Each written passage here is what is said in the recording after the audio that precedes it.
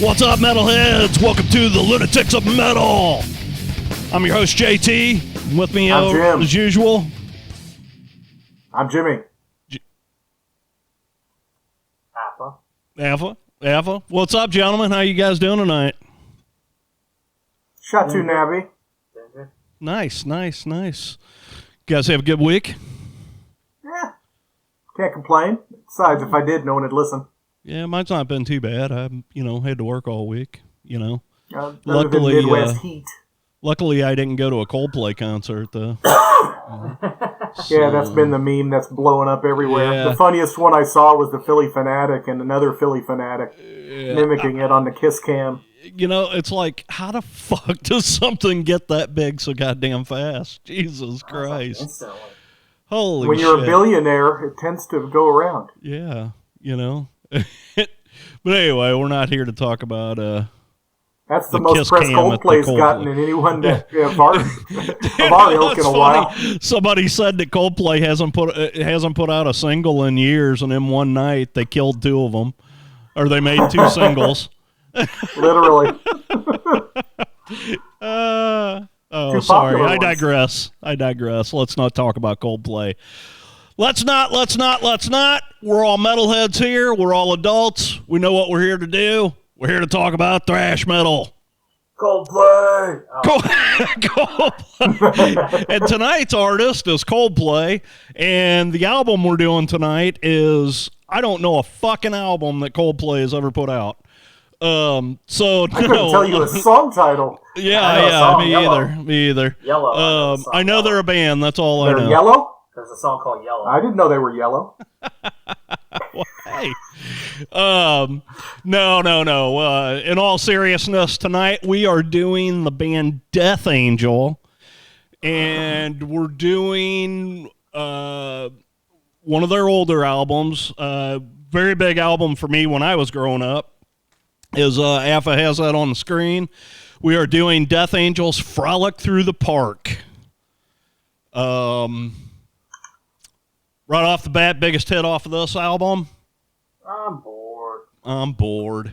Mm-hmm. Yeah, that explained a lot in my youth. That explained Gen X in particular. Yeah, no shit. We were fucking bored. Death Angel, an American thrash metal band from Daly City, California. Initially active from 1982 to 1991, and then again since 2001, so they took a 10-year hiatus. They have released 9 studio albums, 2 demo tapes, 1 box set, and 3 live albums. The band has gone through several lineup changes, leaving guitarist Rob Kavastani. God, I am horrible with these names. Kavastani as the only constant member. He and vocalist Mark Acevedo, who joined the group in 1984, are the only members who appear on all of their studio albums. Death Angel would not be Death Angel without Mark's voice. True. And to be honest with you, the entire original run of the band were all related.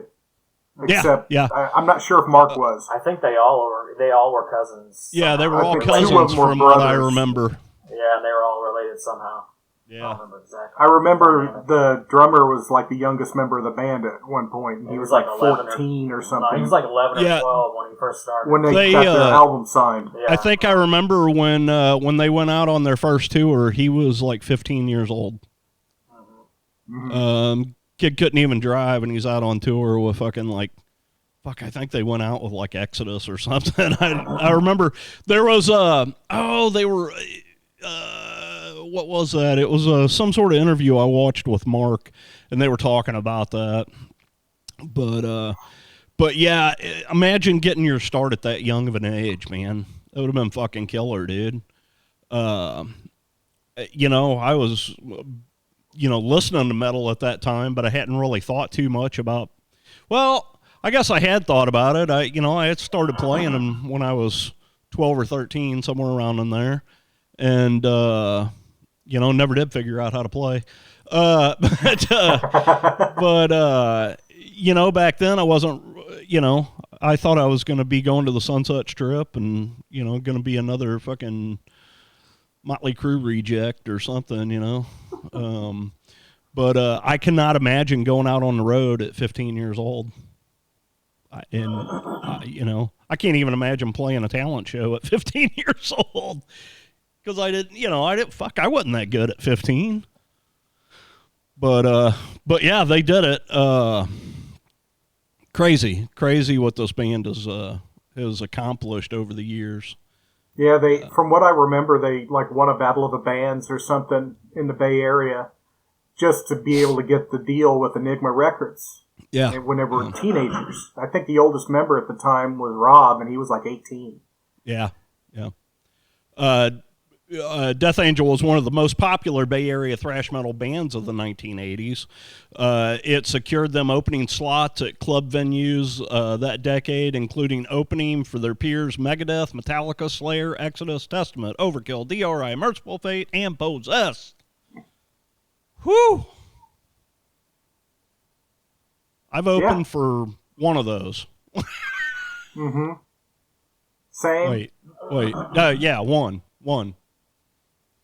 I was like, man, did we do a DRI show? But we did not. No. But yeah, Death Angel, it's funny. I like a lot of their stuff, but they never were really a huge band for me. This album was, and it was probably for me anyway, and it was probably because my buddy Steve was really big into it, and I remember when he played me this album, and I was like, oh shit, man, I need to go out and get that.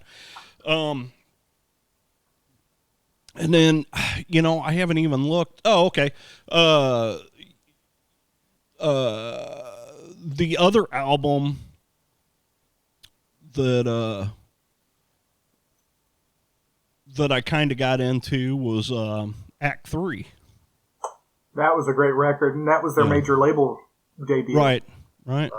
Yeah, they signed with Geffen Records in '89 and released its only album for the label, which was Act 3.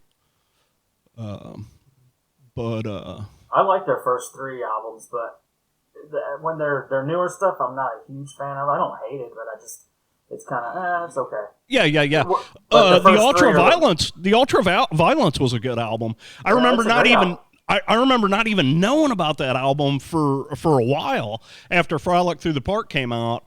I had kind of got my fill on that, and somebody was like, "Hey, you ever go back and listen to the Ultra Violence?" And I was like, "No, I hadn't." So I went out, back in the day, you didn't hear this kind of stuff on the radio. So, like Andy talks about all the time, buy physical.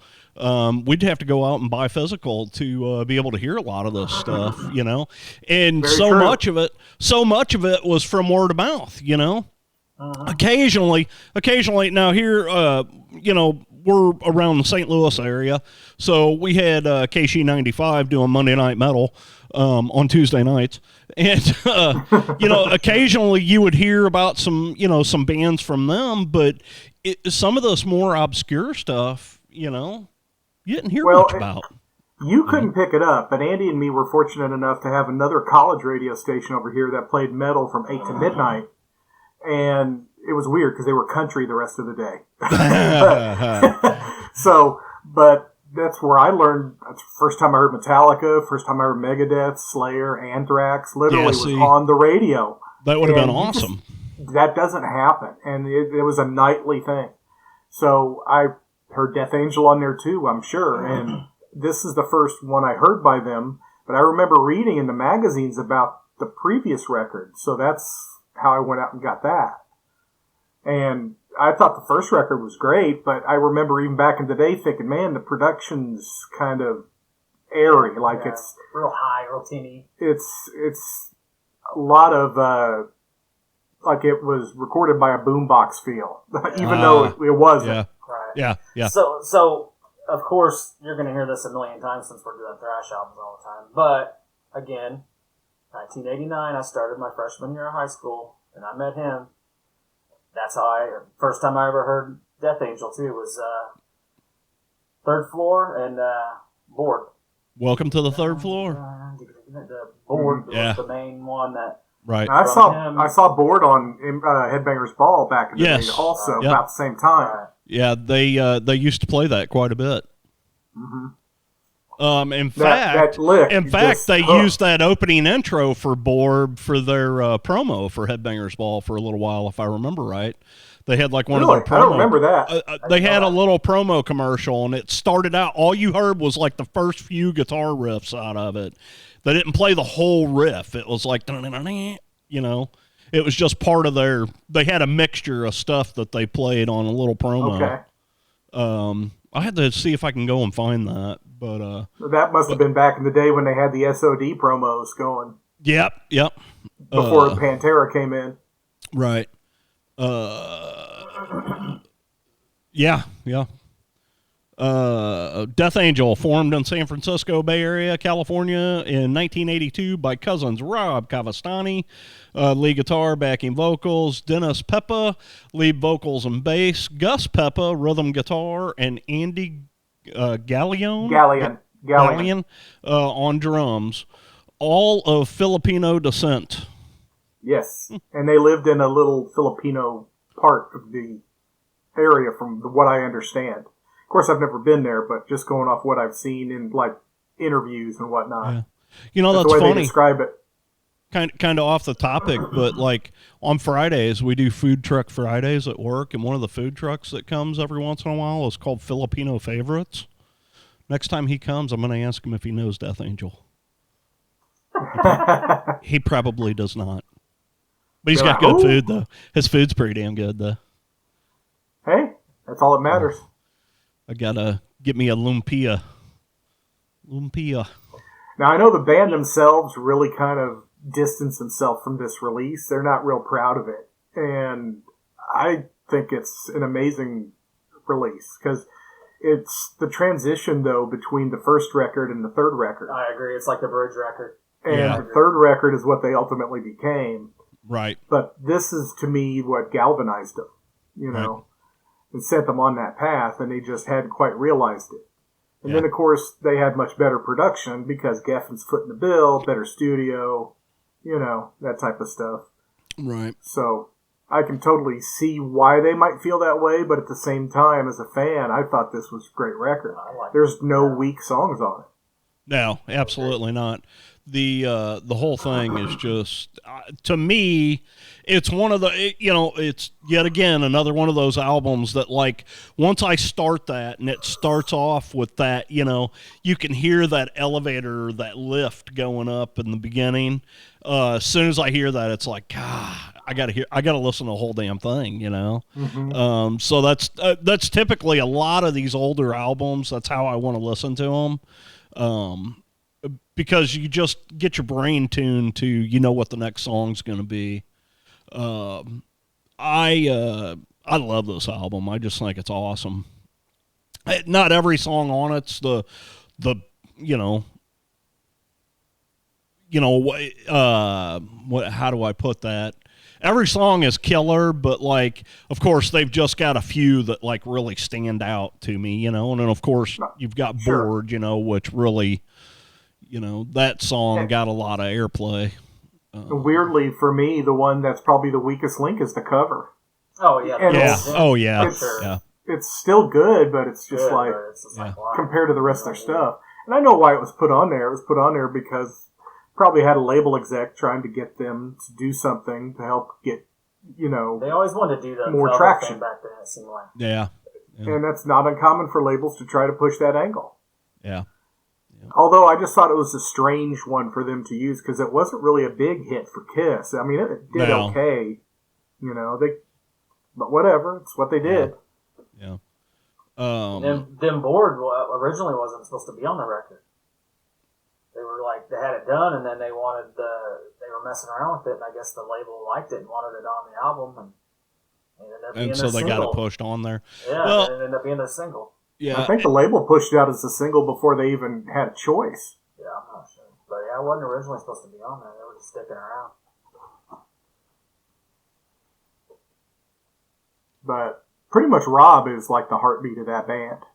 You know, he's the main songwriter. He's kind of the alpha in that band. And him and Mark, back in the day, I mean, they were on the same page up until they weren't, and then there was some tension after that. And it's now that they're back together, and Mark's doing that Kerry King thing, I think there's some of that tension coming back. But I haven't really heard anything to verify that. But I know Death Angels had to postpone stuff now because of him doing the Kerry King stuff. Right. You know, and let's talk about that for a minute. You know, this Kerry King album that he's put out. I'll be honest with you, I dig it. I see where they're going with it, but on the other side of that, I think they're trying, and I can tell, you know, by what Mark's doing, that he's trying too hard to be Tom Araya. Just be Mark. You know, come on. I'm sure that's probably under Kerry's instruction. I'm sure it is. Kerry was not ready to stop recording music with Slayer, and unfortunately, we all know what happened there. And you know, this album, I'm not going to say it's a bad album. It's just it's like they're trying to be Slayer, and they're not. You know, that's why I don't really care for it, because to me, it's like he's just trying to make it a new Slayer album, one of the later forgetful Slayer albums. To me, that's what it sounds like. It's kind of like, oh, another forgetful Slayer album. You know, in his defense, though, like Kerry said, he goes, "I'm Kerry King. This is what I do. What did you Kerry expect me King. to do?" Yeah, exactly, exactly. So, you know, he's got a specific sound. You know, so here's something interesting I just ran across. I'm looking at this track list on Wikipedia, and I'm scrolling through, and I'm like, 13 songs. Mm-hmm. I don't remember there being 13 songs on this album. That's a re-release. Well, yeah. Okay, that's kind of what I was thinking, because then whenever I Googled it, they show me an album with only 8 songs on it. 8? That was the vinyl. Okay. The original pressing on the vinyl. I got you. Yeah, because Cold Gin's not on here. And I distinctly remember it being on the cassette I had. It was. That much I remember because I had it back in the day. You know, it was kind of and it was weird if the label's pushing them for them to do a cover for popularity, why would you leave it off one of the releases? Right. So, yeah, I mean...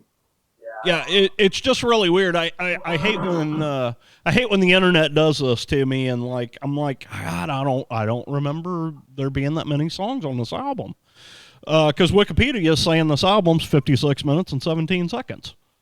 Well, see, even on there, like I got a reissue here. Okay. This has exactly what you got on. Well, what we're showing on here, but Devil's Music, it says on here. So Devil's Music that's not a bonus track on this one. This is a normal track on mine.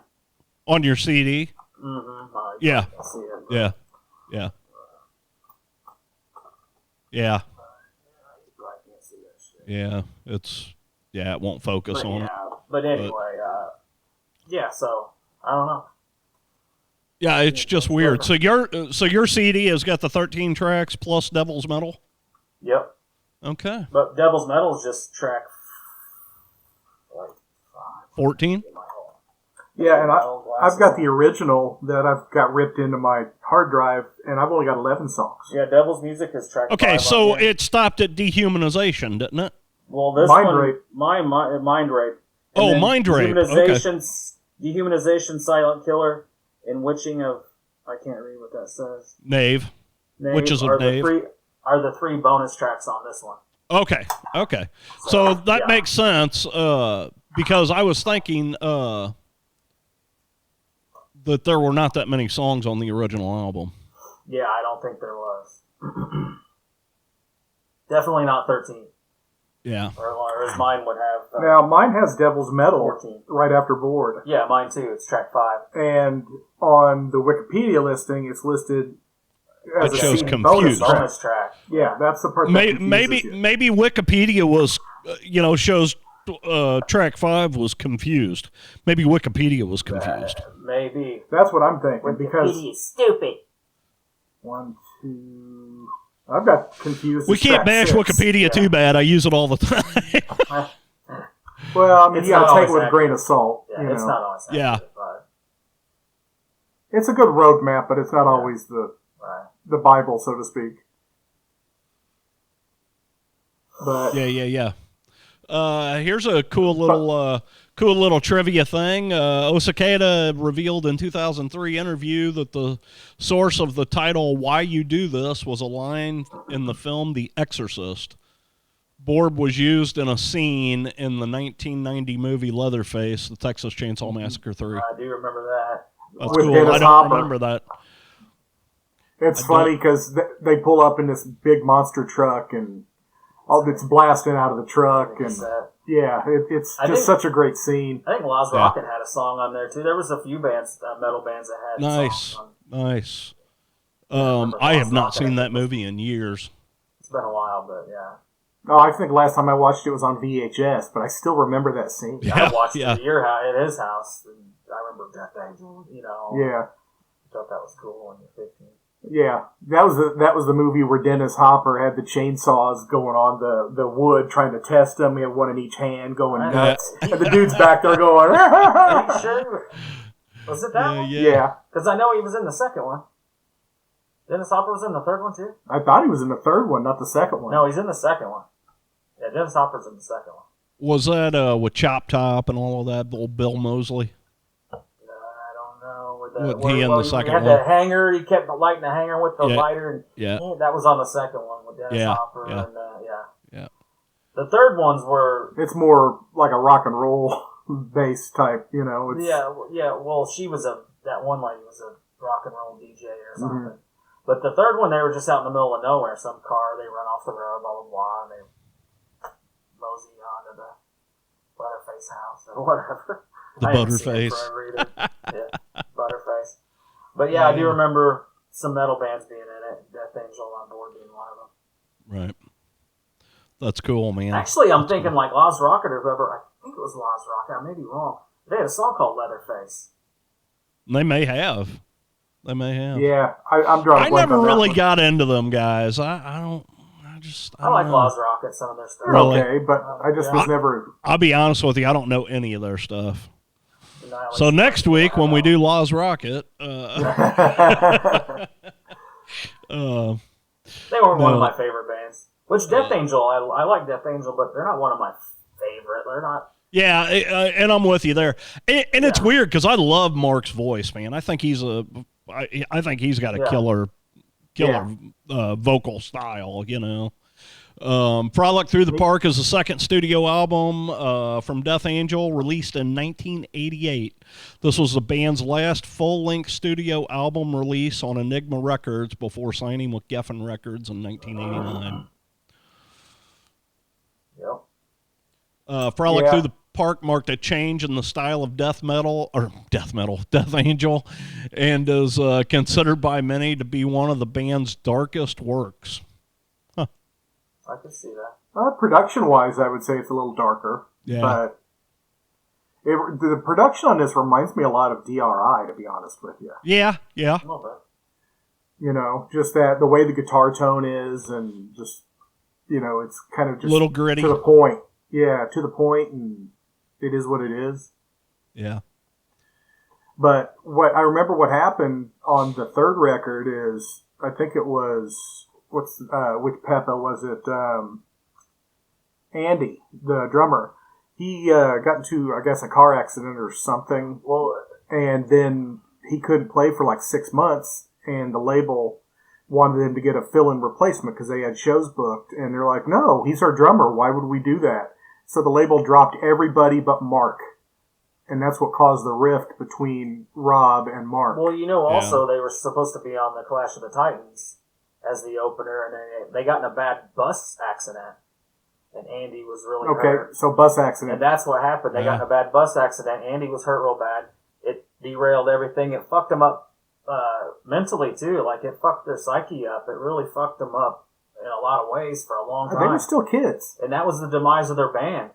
like he said, all the legal stuff, the label stuff, and all that. They didn't get on that tour. Then they ultimately ended up breaking up. They did the organization, like one album for a minute, and then they just kind of that bus wreck was basically the demise of the band at that point. Yeah, it really screwed them up because right after that happened is when they, 91 is when they broke up. Yep, they were done after that. And of course, that's when the scene changed with all the flannel guys coming in. Oh, so they tried going a little bit more that direction, and they purposely did not want to be Death Angel. Yeah, but we're not here to talk about Metallica. Sorry. Yeah, that bus I didn't wreck, say man, makeup. That bus wreck, like, traumatized him. It fucked him up. Yeah. Yeah, it was definitely bad.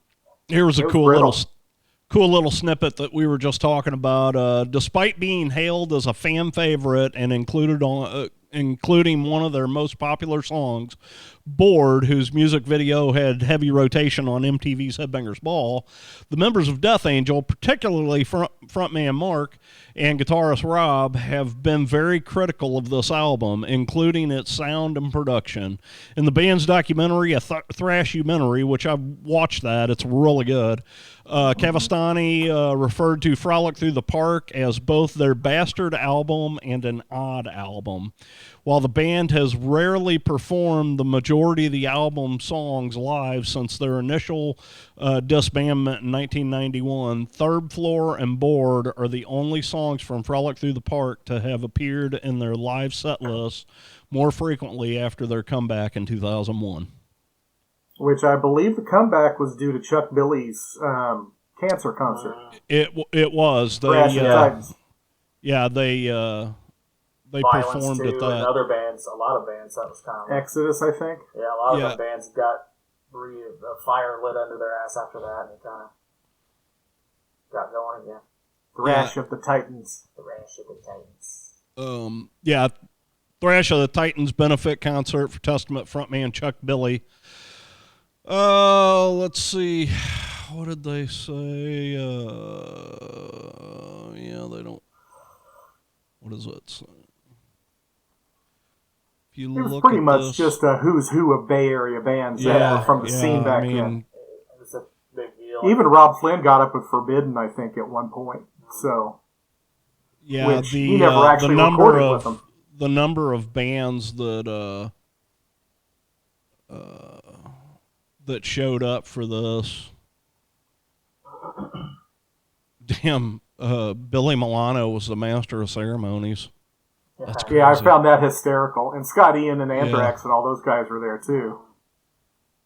I think they were the only non-Bay Area band, I think. Yeah. I want to say there was another one from New York there, but I can't remember for certain. Could have been Overkill. Yeah, I was trying to find a list. No, MOD actually played, I think. I think. Okay, it was Heathen, Flotsam and Jetsam, Sadist, Forbidden Evil, Death Angel, Exodus, with Paul Bailoff, SOD, Anthrax, Violence, and Legacy, which was early Testament. So Flotsam, Arizona band. Mm-hmm. Yeah.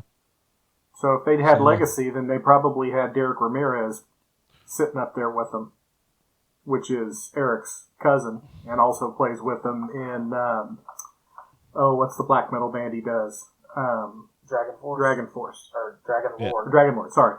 Yeah. Yeah. Whatever. Yeah. I knew what you were meaning, but yeah, it just, name escaped me. But, he was the original other guitar player in Legacy. This was August of 2011. When did Chuck die? Chuck Schuldiner? Yeah. That was like 2000, that year. It was, but it was previous. What? Well, that's when this concert took place, was in 2001. I think it happened like months before that. Yeah. They were trying to raise... Yeah, because it was a co-benefit for both Chuck Billy, who was diagnosed with germ cell seminoma, a rare form of cancer, and Chuck Schuldiner, leader of the death metal band Death, who was also battling cancer. So he must have still been alive whenever that died happened. Like 2001 or something. He died in December. I And knew it was like this was in August, I and knew it Chuck was like died right in at the same December. time. Yeah, I was just thinking it was before, but maybe it was right after. yeah, Been a minute it was. since I thought Yeah, about that. it was crazy. Whenever he died, because that hit everybody hard.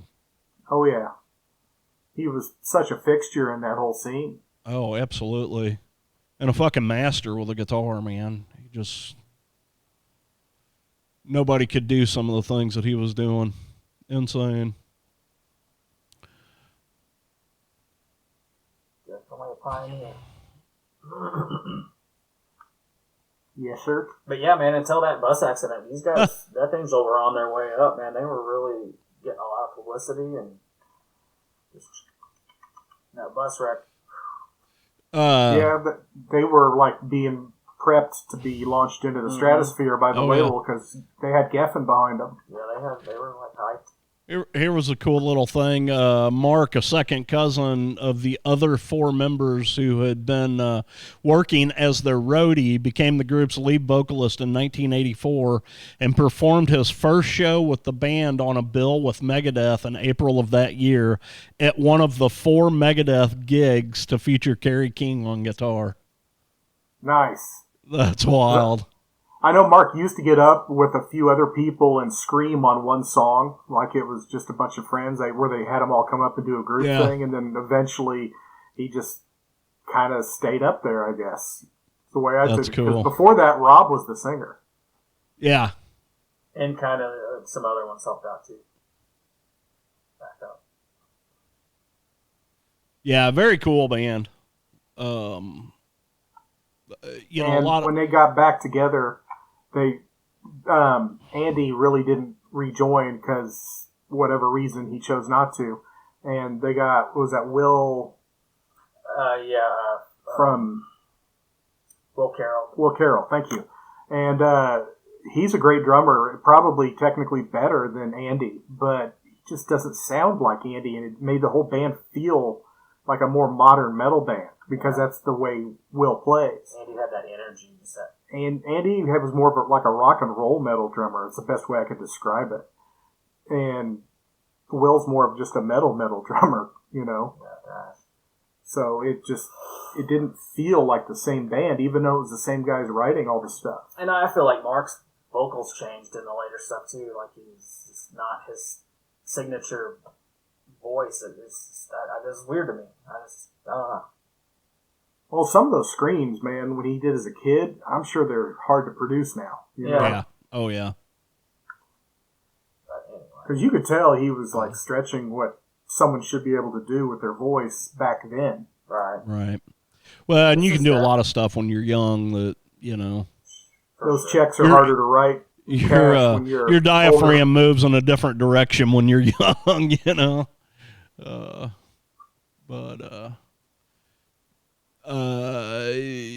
you talking about the bus crash here. Death Angel had embarked on what was scheduled to be a worldwide tour in support of Act 3 in 1990, selling out shows at the Warfield Theater in San Francisco, the Ritz in New York, and England's Hammersmith Odeon. And touring or playing selected shows with the likes of Forbidden, Vicious Rumors, Sanctuary, Sepultura, Sacred Reich, blah, blah, blah. While driving in Arizona en route to a show in Las Vegas, the group's tour bus crashed and drummer Andy Galeone was critically injured, needing more than a year to recover. I'm sure he broke a few bones on that, but I don't remember exactly what it was. I said it was bad. Cavastani said at the time that, in a way, it made perfect sense to have a major accident right now. It really fit the storyline. We've been pushing so hard for 8 years and just not getting that far, and getting so frustrated with not being where we should be after so long. It was time for something climactic to happen. Yeah, and then next thing you know, Asaguita's the only one left with the label. Yeah. A month later. Yeah, they were slated to be the opening act at Clash of the Titans with Megadeth, Slayer, and Anthrax. The summer of 91. Wow. And then, of course, we all know who ended up in that bill was Alice in Chains. Right. Which basically got stuff thrown at him at that show. Right. Or shows, I should say. They should have. I'm sorry, I didn't say that. I like Alice in Chains. No, but it's an odd pairing. It's an odd pairing. They blew up after that, though. They blew the fuck up after that. That was on their first record. They were nobody still. I know, but when Man in a Box came out and it hit, it was like they just blew up. They exploded. Scott Ian's the one who tried to get them on there. I'll tell you about weird pairings. I went to see Van Halen, and Kool and the Gang opened up for him. I remember that. I wasn't there, but I remember that. I was like, what the fuck? That had to be a David Lee Roth string pull. It was weird. Like it was weird. That's for sure. But on the other hand, like, I saw Ginger at the pageant, and they had POD opening for them. Who? What? For the very first time. Who? Yeah, POD opened for Ginger at the pageant. No shit. Yeah. It was weird. Honestly, when I walked in there, I couldn't tell you a thing that POD did, and they actually put on a hell of a fucking show, dude. They were really good live. I think I seen them at some goofy festival years ago. Yeah, they put on a really good show, man. Yeah, Death Angel's been around the block a few times.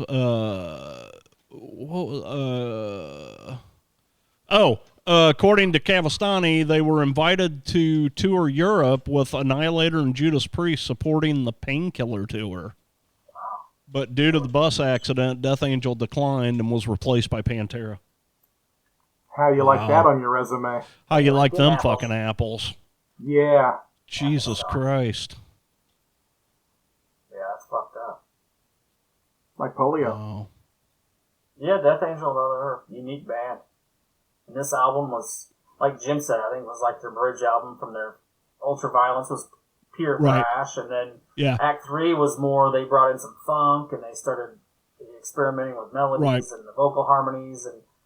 But yeah, Frolic Through the Park was kind of that bridge. I liked it a lot, though. Yeah, me too. I like the first three a lot. I don't really know which one I like the best, but I like this one quite a bit. Yeah. I will say for me, this is probably my favorite Death Angel album because it's my first Death Angel album. I like several things that they've done over the years, but I really enjoy this album. And, I've seen these guys live a few times now. I had never seen them back in the day.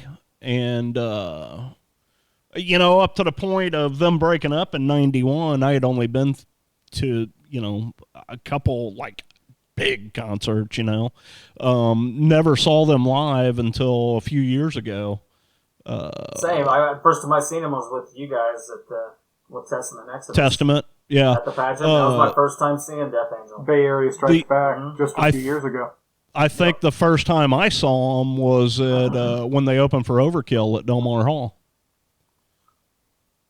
Wasn't that at Del Mar Hall where you and Harry got pictures with Mark and all that? Yes. Yeah. I think that may have been the first time I saw them, and that was maybe 2 or 3 years before that Testament show we're talking about. Sounds about right. Yeah, somewhere around in there. Which, that was a great show too. Overkill. Yeah, absolutely. On top. Overkill always puts on a killer show, man. They focused more on their 90s stuff on that show. Yeah. Which they've got so much material. Sometimes it's hard absolutely. We just talked about them. What did we say? 20. It was 20 albums? Yeah. 20 albums, yeah. Speaking of which, I picked up that D.D. Verney and the Cadillacs. Oh, yeah. I like that kind of stuff. I really like Stray Cats and Brian Setzer and shit. So, and it's right in there with that. It's that rockabilly. The first track on that album, the album is called Let's Rattle, and the first track is called Cadillac Man, and it's really good. There's videos out there for it. The whole album is really damn good. I dig it. So, with Death Angel Frolic Through the Park, what are your three favorite songs, and what do you rank this album? Oh, out of 10. What would you rank this out of 10? So, first of all, my three favorite songs, I would have to go with Third Floor, Bored. Right now, right this minute, I'd say Why You Do This. Those are just the songs that I dig. To rate this, I'd give this a solid 8. It's not the best album in the world, but it's not bad at all. That's good, yeah. You know? Yep. Yeah. I think I would give it my favorite songs, I would say Why You Do This, Confused, and Mind Rape. Those are my three favorite. And Yeah, I will give good this choice. one a 7 out of 10. Yeah. What about you, Jim? I'd probably give it an 8 out of 10. And Bored's going to be my favorite overall. And then the others that kind of switch around. But if I had to pick, I'd probably put Third Floor and Road Mutants. Just that first side of this record is just so punch to the mouth. Yeah. Yeah.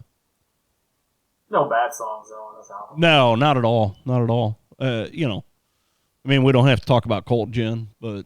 Yeah. They don't even... And it's not even bad. It just... No, I don't even really... It's just weird. I'll usually skip it if I'm close enough. Yeah, absolutely. Absolutely. They, of course, there's no ballads on this. They did start to explore that with the next record, which may or may not have been, suggested by the label. I don't really know, but that wouldn't be surprising for a major to ask them to do that in that time.